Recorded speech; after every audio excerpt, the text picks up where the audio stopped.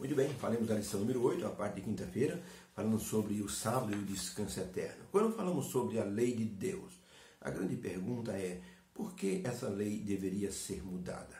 Qual a finalidade da mudança da lei de Deus, retirando o sábado e colocando um outro dia de descanso que não está biblicamente assim confirmado? Apenas conjecturas humanas. Vamos colocar esse dia de descanso porque nele Jesus ressuscitou-se como símbolo de liberdade. Mas o sábado já é um símbolo de liberdade, o descanso para um mundo exausto. Então, por que sacar o sábado da lei de Deus, colocando um outro dia de descanso no lugar que Deus não autorizou? Porque é um sábado mosaico. Moisés que inventou isso? Não, Moisés não inventou o descanso no sábado. Quem fala isso não está lendo o livro de Gênesis, quando Deus terminou a criação e descansou no sétimo dia e o abençoou. Então o sábado é anterior aos judeus. Nem existia judeus nesse planeta, nem existia Moisés para dizer que o sábado é uma lei de Moisés. Por isso, o sábado é de grande importância para todo mundo. Se a mudança não for de importância e de prioridade para todos, então não deveria ser mudado. Como dizem alguns religiosos, o sábado foi mudado. Mas essa mudança não beneficia a todos, beneficia apenas uma classe pensante e que interpreta de maneira assim errônea que o sábado foi modificado por Deus. Não é essa a atitude bíblica, nem o pensamento bíblico. Por isso, uma lei que não beneficia a todos não tem muita validade. Quando houve, em certa ocasião, na cidade de Baltimore, os empregados do sistema de bondes trabalhavam 17 horas por dia. Uma verdadeira escravidão. Eles se reuniram numa assembleia para discutir então a redução da jornada de trabalho, porque a lei estava assim incoerente. E numa assembleia grandiosa, com muitos pastores, com líderes da comunidade, eles então determinaram que o limite de 12 horas era suficiente para o trabalho no sistema de bondes.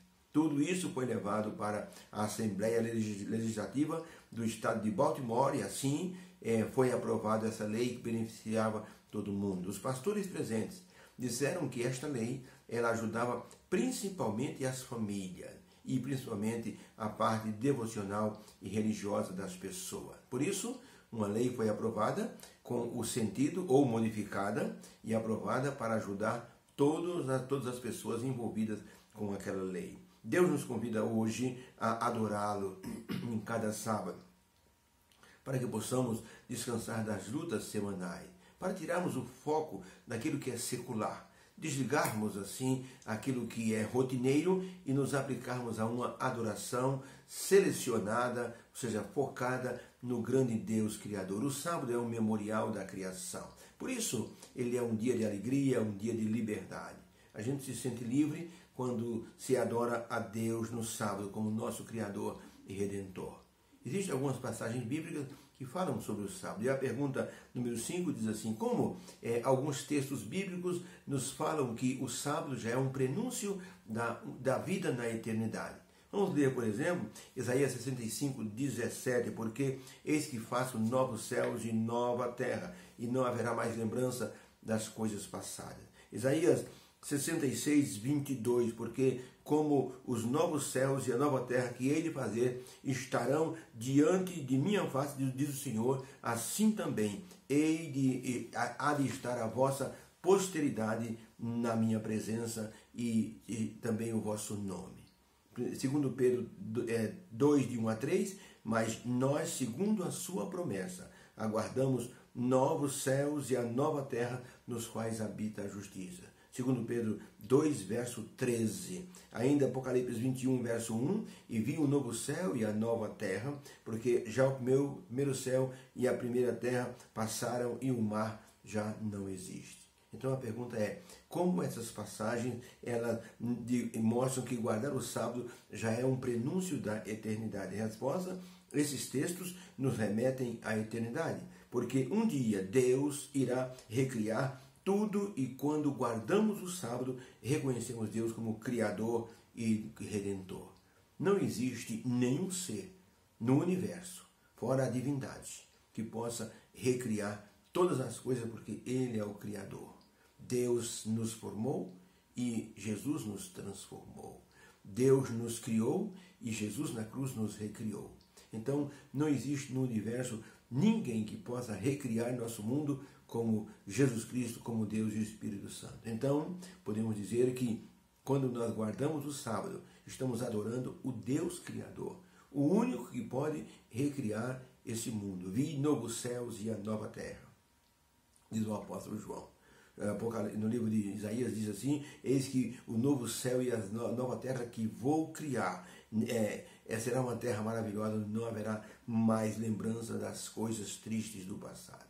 Então temos que entender que aquilo que Deus está para produzir para o ser humano, ele é maravilhoso, e o sábado é um prenúncio desta vida na eternidade. Adorar a Deus no sábado já é, assim, um treinamento para viver a vida eterna, porque, como diz Isaías, será que de um sábado a outro, de uma lua nova até outra lua nova, virá toda a carne a adorar perante mim. Então, quem já está acostumado a adorar a Deus no sábado, na eternidade, não vai sentir diferença, porque vai estar diante do grande Deus, mas o período de adoração será de um sábado até o outro sábado. A lei de Deus é um fator importante na vida de cada adorador. A fé é um outro fator importante na vida de cada adorador. Por isso, a fé nos dá hoje uma antecipação do mundo por vir. Quando adoramos a Deus no sábado, nós fazemos isso pela fé. E essa fé nos dá uma antecipação do mundo do futuro. O nosso Deus vai ser adorado no sábado, no mundo do futuro. Então, nós estamos com isso aceitando o fato de que Ele poderá recriar essa terra com o seu grande poder, para colocar nessa terra pessoas transformadas por ocasião da segunda vinda do Senhor Jesus Cristo. O apóstolo Paulo diz: nós, os vivos, seremos transformados, e os mortos ressuscitarão incorruptíveis para irem ao encontro do Senhor nos ares. Por isso, diz o texto bíblico de Isaías 66, 23, e será que de um sábado a outro virá toda a carne a adorar perante mim.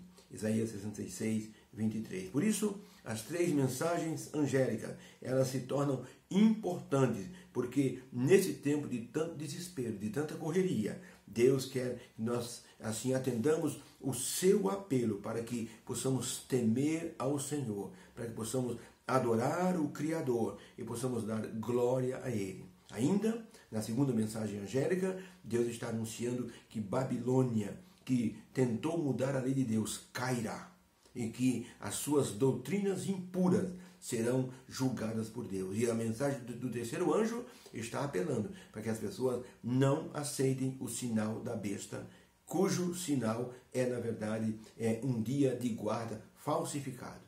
Então, as três mensagens angélicas apontam para Deus como o grande Criador e a adoração somente a Ele. Eis que faço nova todas as coisas.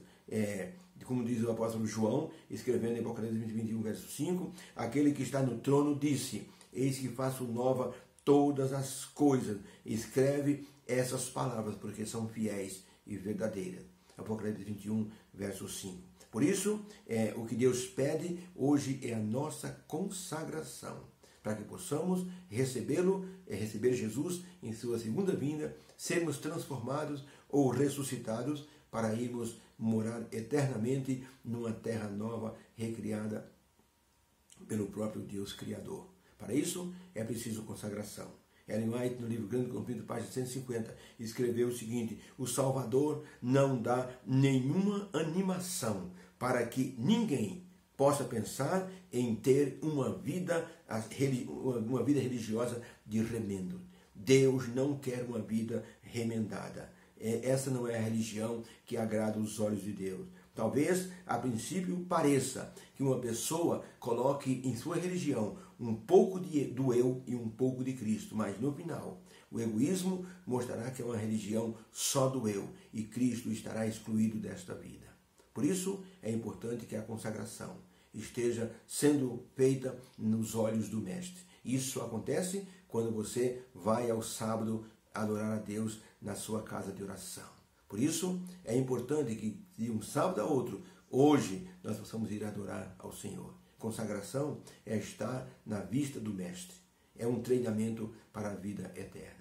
Um jovem violinista estava diante do auditório. A imprensa estava ali. Era a sua primeira apresentação. Seria a sua consagração ou a sua derrota para sempre? Ele então se postou diante do auditório que estava ávido por ouvi-lo. Ele já tinha uma certa experiência. E quando ele se postou diante do auditório e começou a tocar a primeira música, uma corda do violino arrebentou. Ele ficou impávido. Houve um suspiro no auditório. E as pessoas ficaram impacientes, pensando, o que é que ele vai fazer? Será que ele vai parar a apresentação? Mas o moço continuou tocando até o final de sua apresentação e foi muito aplaudido. Seu professor e mestre veio cumprimentá-lo e disse, parabéns. Você teve realmente uma ousadia muito grande em completar a sua música, a sua apresentação com uma das cordas quebradas. Ele disse, professor, vou lhe confessar uma coisa. Quando aquela corda do violino quebrou, eu pensei em desistir, mas quando eu olhei para o Senhor, o seu olhar me transmitiu confiança e eu fui até o final.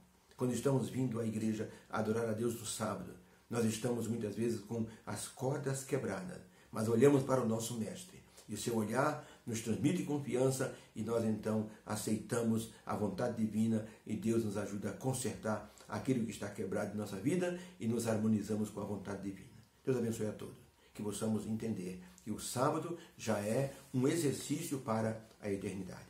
Obrigado, Senhor, pela lição de hoje. Ajuda-nos, Senhor, a nos consagrarmos cada sábado na sua presença, na sua vista como nosso grande mestre. Em nome de Jesus. Amém. Beijo no coração. Tenha uma excelente quinta-feira na presença do Senhor.